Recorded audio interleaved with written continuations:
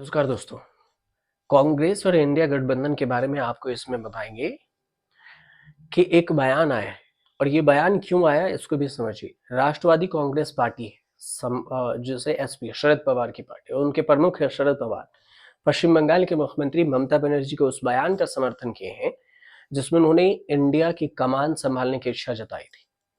कोल्हापुर में पत्रकारों से बातचीत करते हुए शरद पवार ने कहा कि तृणमूल कांग्रेस के प्रमुख एक सक्षम नेता है, ममता बनर्जी सक्षम नेता है। विपक्षी गठबंधन का नेतृत्व करने की अपनी इच्छा है, दिखाने का उनको अधिकार भी है।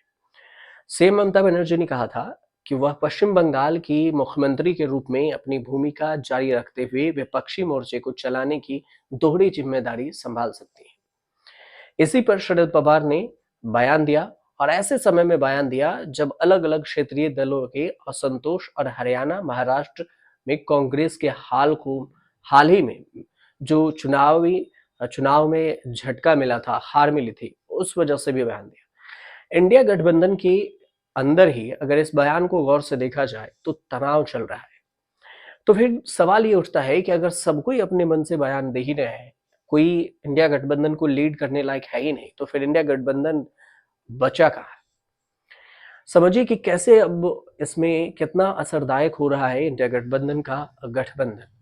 ममता बनर्जी की टिप्पणी के बारे में जब शरद पवार से पूछा गया तो वो कहते हैं कि वह देश के एक सक्षम नेता है और उन्हें यह कहने का अधिकार है कि उन्होंने सांसद में जो सांसद भेजे हैं वो मेहनत की है और जागरूक है। पश्चिम बंगाल के मुख्यमंत्री ममता बनर्जी ने एक दिन पहले ही कही थी कि इंडिया गठबंधन के कामकाज पर असंतोष व्यक्त किया था और कहा था कि मौका मिले तो हम इसका कमान संभाल सकते हैं। टीएमसी की प्रमुख है ममता बनर्जी और उन्होंने कहा कि वह पश्चिम बंगाल के मुख्यमंत्री भी रहेंगे और इसके साथ में ही वो पूरे मोर्चा को संभाल सकती हैं, दोहरी कमान संभालेंगे। एक इंटरव्यू दी थी ममता बनर्जी और ये बयान उसमें दिया था। उसमें उन्होंने कहा था कि मैंने इंडिया गठबंधन का गठन किया था। अब इसे अब जो इसके बारे में कि प्रबंधित करना मोर्चे का नेतृत्व करने वाले पर निर्भर है।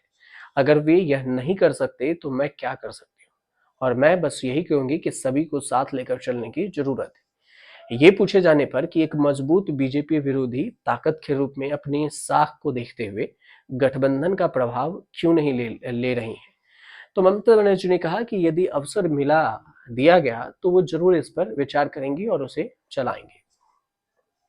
अब सवाल ये बचा कि इंडिया गठबंधन बचा ही कहाँ। जब ममता बनर्जी उधर बयान दे रही हैं, राहुल गांधी इसके नेतृत्व कर रहे हैं, तो फिर कांग्रेस के राहुल गांधी नेतृत्व कर रहे हैं, ममता बनर्जी अलग बयान दे रही है, शरद पवार अलग बयान दे रही हैं, समाजवादी पार्टी के जो अखिलेश यादव हैं वो एक अलग बयान दे रहे हैं। तो फिर इंडिया गठबंधन बचा कहाँ? ममता बनर्जी के नेतृत्व पर जो बात हो रही है वो एक अलग ही एग्जिट प्लान बना रही है, क्योंकि 2025 में होने वाले जो चुनाव है, दिल्ली और बिहार विधानसभा चुनाव से पहले कांग्रेस के नेतृत्व पर सवाल उठाने वाली बात हो गई है और ममता बनर्जी गठबंधन को ही हिला दी है सवाल उठाकर। कुछ दिन पहले ही टीएमसी के सांसद कल्याण बनर्जी ने भी ममता बनर्जी को इंडिया गठबंधन का स्वाभाविक नेता बताया था। तृणमूल नेताओं का दावा है कि ममता दीदी के नेतृत्व में इंडिया गठबंधन बीजेपी का मुकाबला कर सकता है। पिछले दिनों लोकसभा चुनाव हुए थे और इसके बाद शीतकालीन सत्र हुए तो टीएमसी ने अदानी के मुद्दे पर अलग अलग स्टैंड लिया था। टीएमसी के नेता संसद के बहस में शामिल होना चाहते हैं, जबकि कांग्रेस विरोध प्रदर्शन कर रही थी। टीएमसी का कहना था कि अदानी ही एक मुद्दा नहीं है, तो वहीं पर कांग्रेस कह रही थी कि अदानी भी एक मुद्दा है। अब इसी चीज को लेकर अनबन हो गई और फिर इंडिया गठबंधन से टीएमसी के जो जितने सांसद थे उन्होंने कहा कि हम इस मुद्दे को लेकर समर्थन कांग्रेस का नहीं करेंगे, संसद में भी साथ नजर नहीं आए।